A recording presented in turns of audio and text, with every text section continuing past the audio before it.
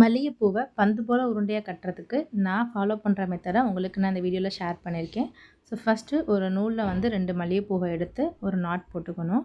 போட்டுட்டு அதை அப்படியே ஆப்போசிட் டைரெக்ஷனில் திருப்பி மறுபடியும் 2 பூவை எடுத்து நூலில் சுற்றி லைட்டாக உருட்டி விட்டு அந்த பூவோட சேர்த்து அட்டாச் பண்ணி வச்சு மறுபடியும் ஒரு நாட் போடணும்.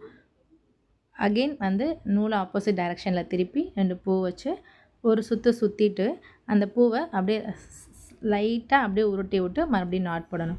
ஸோ மல்லிகைப்பூ வந்து உருண்டையாக வர்றதுக்கு பேசிக் மெத்தட் இது தான். நூலை வந்து ஆப்போசிட் டைரெக்ஷனில் ஒரு டைம் நாட் போட்டுட்டு அதை ஆப்போசிட் டைரெக்ஷனில் திருப்பிட்டு மறுபடியும் அடுத்த பூ செட்டு நாட் போடணும். ஸோ இந்த மாதிரி கண்டினியூஸாக நூலை வந்து ஆப்போசிட் டைரெக்ஷனில் ரொட்டேட் பண்ணி கட்டும்போது தான் அந்த மல்லிகைப்பூ வந்து உருண்டையாக வரும்.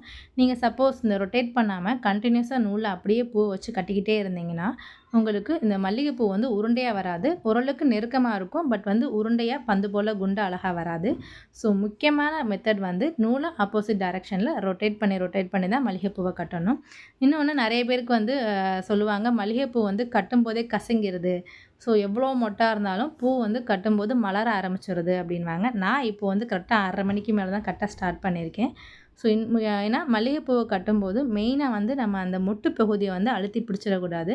அப்படி நீங்கள் அழுத்தி பிடிச்சிங்க அப்படின்னா அது காலையில் பூவாக இருந்தாலுமே உங்களுக்கு வந்து சீக்கிரமாகவே கசங்கி ஒரு மாதிரி மலர்ந்த மாதிரி காமிச்சிரும்.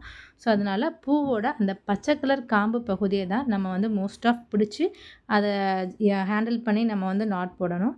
ஸோ இது வந்து இந்த 2 டிப் தான் மல்லிகைப்பூ உருண்டையாக கட்டுறதுல ரொம்ப ரொம்ப முக்கியமானது. ஸோ ஃபஸ்ட் ஒன் வந்து நூலை வந்து ஆப்போசிட் டைரெக்ஷனில் ரொட்டேட் பண்ணிவிட்டு அதுக்கப்புறம் வந்து பூ வச்சு நாட் போடணும். செகண்ட் ஒன் பூவோட அந்த பச்சை கலர் காம்பு பகுதி தான் மெயினாக நம்ம வந்து ஹேண்டில் பண்ணணும். ஸோ இது 2 மட்டும் நம்ம கேர்ஃபுல்லாக கண்டினியூஸாக பண்ணிகிட்டே இருந்தோம்னா பூ வந்து பார்க்குறதுக்கே ரொம்பவே அழகாக கட்டுறதுக்கு சூப்பராக இருக்கும். இந்த வீடியோ கொஞ்சம் லென்த்தியாக போனதுனால நான் இடையில மட்டும் கொஞ்சம் வீடியோ வந்து ஃபாஸ்டப் பண்ணியிருக்கேன். ஏன்னா ரொம்ப லென்த்தியாக இருந்தாலும் பார்க்குறதுக்கு கரெக்டாக இருக்காது. ஸோ அதனால தான்.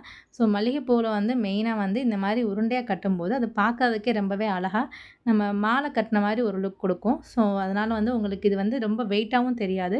ஏன்னா நம்ம நார்மலாக தானே நாட் போட்டிருக்கோம். ஸோ ரொம்ப வெயிட்டாகவும் தெரியாது. தலையில் வைக்கிறதுக்குமே ரொம்பவே அழகாக சூப்பராக இருக்கும். இப்போது மல்லிகைப்பூ சீசனுங்கிறனால பூ நல்லாவே சூப்பராக நிறைய கிடைக்கும். ஸோ எல்லாருமே இந்த மாதிரி மல்லிகைப்பூ வாங்கி கட்டி ட்ரை பண்ணி பாருங்கள். பூவை உருட்டி கட்டுறதுக்கு இன்னொரு மெத்தடுமே எங்கள் அக்கா அவங்க ஃபாலோ பண்ணுவாங்க. நான் என்ன பண்ணுறேன்னா இதில் வந்து பூவை வந்து ஒரு சுற்றிட்டு உருட்டி விட்டு நாட் போடுறேன் இல்லையா. ஆனால் அவங்க என்ன பண்ணுவாங்கன்னா நாட் போட்டுட்டு நாட்டை லேசாக போட்டு அதுக்கு அந்த நாட்டோடையே சேர்த்து பூவை உருட்டி விடுவாங்க. ஸோ அந்த மெத்தடுமே நீங்கள் ட்ரை பண்ணி பார்க்கலாம். உங்களுக்கு இந்த வீடியோ பிடிச்சிருந்ததுன்னா இந்த வீடியோக்கு ஒரு லைக் போடுங்க, கமெண்ட் பண்ணுங்கள், ப்ளஸ் நம்ம சேனலை சப்ஸ்கிரைப் பண்ணிடுங்க. Thank you friends.